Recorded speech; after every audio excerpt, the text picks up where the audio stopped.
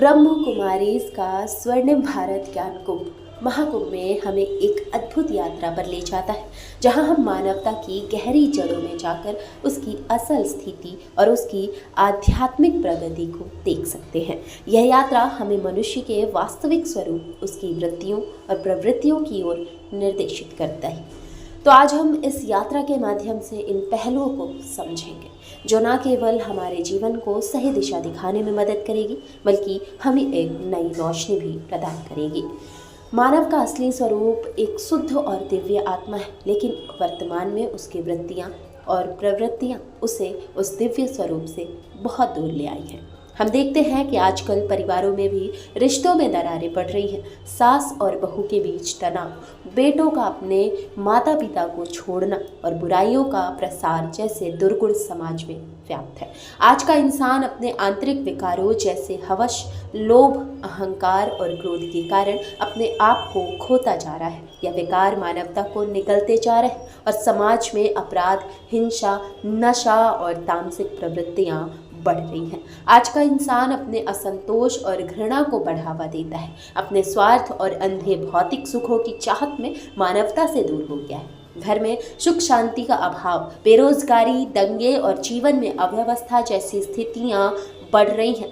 नशा, बलात्कार, लूटमार और अन्य सामाजिक बुराइयों से मानवता त्रस्त है। यहाँ तक कि हम अपनी धरती और प्रकृति की अवहेलना कर रहे हैं। हम पेड़ों की अंधाधुंध कटाई कर रहे हैं, जल, जंगल और जमीन की अनदेखी कर रहे हैं।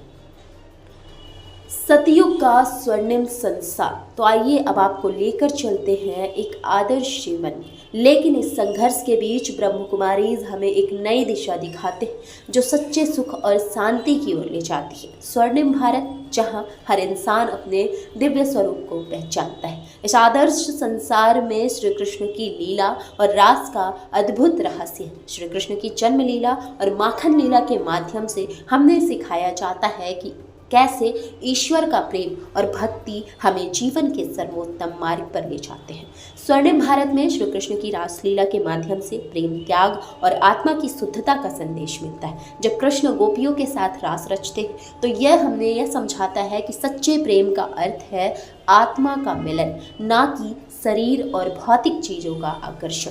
श्री कृष्ण का मटकी फोड़ने का रहस्य यह बताता है कि जब हम अपनी इच्छाओं और स्वार्थों को त्यागते हैं तो जीवन में ईश्वर का आशीर्वाद स्वतः ही हमें मिलता है। स्वर्णिम भारत की नींव सनातन कृषि संस्कृति पर आधारित है, जहां हम प्राकृतिक संसाधनों का सदुपयोग करते हैं। गौशाला और बीज संस्कार के माध्यम से हमें यह सिखाया जाता है कि जीवन का असली उद्देश्य आत्मिक उन्नति और समाज की सेवा है। यह हमें बताता है कि भगवान ने प्रकृति और जीव जंतुओं के रूप में हमें जो आशीर्वाद दिया है, उसका सम्मान करना हमारा कर्तव्य है।